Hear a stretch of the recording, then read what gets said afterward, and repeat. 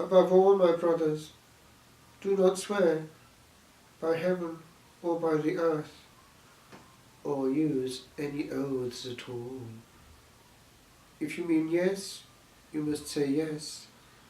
If you mean no, say no. Otherwise, you make yourselves liable to judgment. How much stronger is the person who, with a careful selection of words, is able to underline a point forcefully, than a person who is able only by swearing to make the same point? Are we so feeble that we cannot enrich our vocabulary? And do we think we are really stronger for having to make use of the vulgar and the sacred just to prop up our statement? Are we virile by being like other men? Or are we more dignified and powerful by being like the Son of Man, who gave us this teaching and whose echo we find in St James, his cousin, the first Bishop of Jerusalem? Swearing is not necessary, and every idle word, as we are reminded in the 12th chapter of St Matthew, you will have to answer for. With regard to the Gospel, we have to listen to the Alpha and the Omega and not think that we are being pharisaical by applying it. He teaches that there is a bond, an insoluble bond, between husband and wife. In this sacred bonding which he raised to the level of the sacrament, and he uses strong language. To try again is to get involved with adultery. And to say that that is pharisaical is not to read the Gospel, for it is to answer the Pharisees precisely, who are more elastic than he, that he makes this point, indicating that they are coming from a hardness of heart. And so he links it with the life of the soul. Marriage is under the dominion of its giver, and the giver of all life, and therefore is under his lordship and his rules. It is true that people are badly treated in marriage often, and for whatever reason, marriage can fail. And so, things happen. The heart needs love still, and it can fall into sin. The sin can lead then to a second apparent family. And then the person can have a change of heart precisely, and can realize that it needs that peace of heart that it had before, and tries in vain to find it. That soul is still precious and needs to be met where that soul is, with the merciful regard of the Redeemer, but always in truth. There are three cases somewhat parallel which priests find in confession and direction. One is that of the girlfriend, for instance, who is being moved by grace and wants to get out of a situation which is not regular. Wants perhaps for it to become a proper marriage, but the partner is slow, and yet does not want to lose the partner for his good qualities. There may actually even be one or two children involved. There, all that the confessor can do is invite to a certain separation, or if it is not possible, to a certain chastity. And then one finds this solution in which the person makes a resolution, a firm purpose of amendment in the sacramental forum, but possibly may fall back out of a certain aggression on the part of the other person. One has to be very much listening to the Holy Spirit in these borderline cases.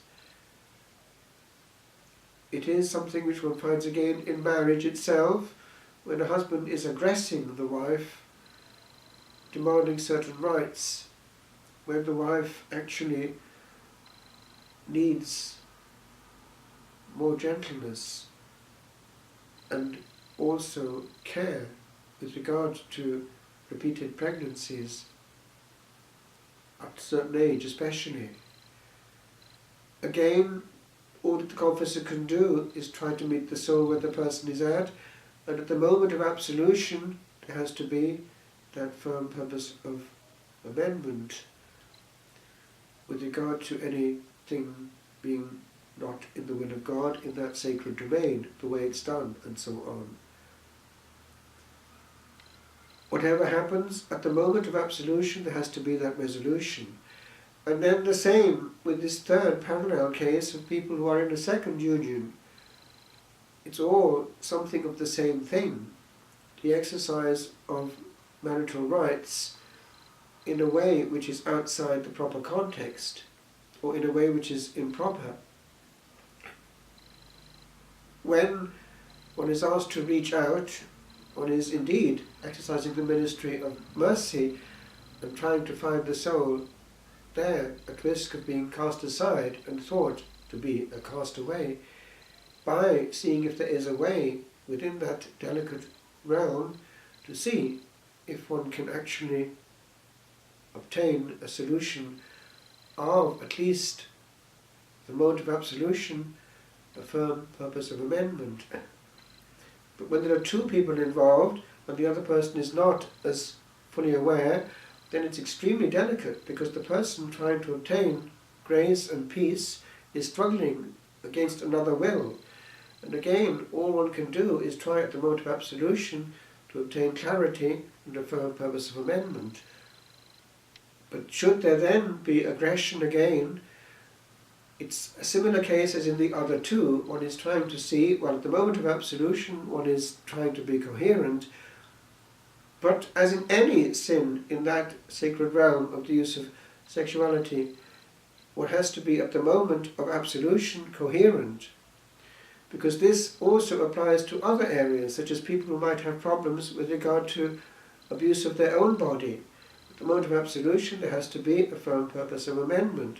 So it's a repeating and recycling and re-happening event in all humanity's life, because of the fragile nature of humanity and the powerful drive of this instinct. And so a priest is always handling it in some shape or form. It can apply also to those who are involved with the likes of bad internet, then leading to other things going on. At the moment of absolution there has to be a firm purpose of amendment. But that doesn't mean that should they fall again, one casts them away. No, that mercy extends. So it's the same language that we're asked to use for all. However, and this is an important however, the Lord's teaching holds true, and it's not just an ideal placed before us towards which we must strive. It is the context in which He has placed the use of our genitality. It's made for a reason and not to be played around with, and therefore if it's being used outside that sacred context, then precisely it's out of order. And so there is a profound issue at work. What one cannot do is globally to give a massive permission, for instance, e.g. to people who are in second unions. That does not work, and from the beginning that has been made clear. It has to be case by case in such a way that the priest is free to see if there's any way at all, and he must not then be in any way aggressed by other priests or superiors. Bishops who then come into that, not knowing the individual case, are going too far, because precisely The insistence of the Holy Father is that it should be between the confessor and the soul in the last resort, and one cannot then go into the secret because it's too personal, and one can't discipline a priest for what he might do because he's being faithful to what the Spirit is telling him to do. The law of Christ is a law of love, but also of truth, and we cannot save souls by giving them a watered-down version. It is not mercy to give them permission to sin. It's to involve both the priest and the penitent in possible damnation. For if he does so and absolves ongoing sin, without any purpose of amendment, the priest himself takes upon him the pain of that sin. It becomes his own sin, and no priest in his right mind will do that. And therefore, any bishop who attacks one of his own priests is not in any way merciful or a voice for Christ. He is a bully. Now, with regard to what is going on in that realm too, anything which comes from union of man and woman, a child, and even a child from the first moment, is sacred. The child is innocent.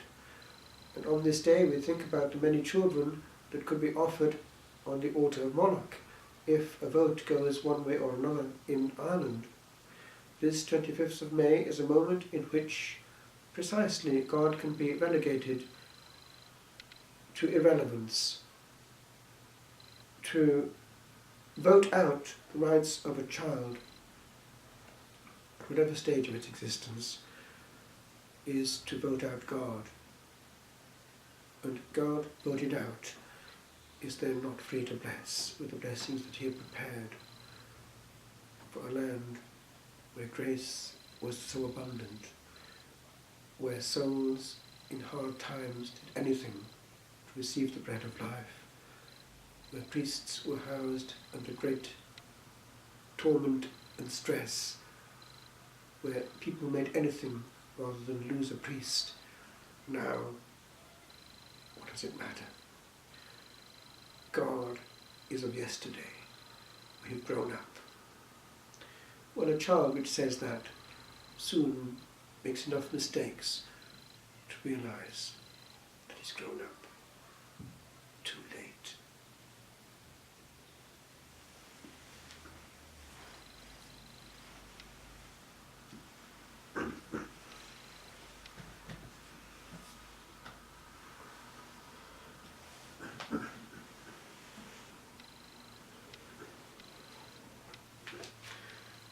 Ius tu non fama florit,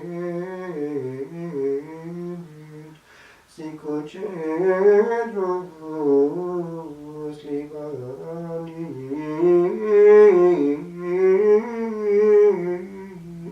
multiplicabitur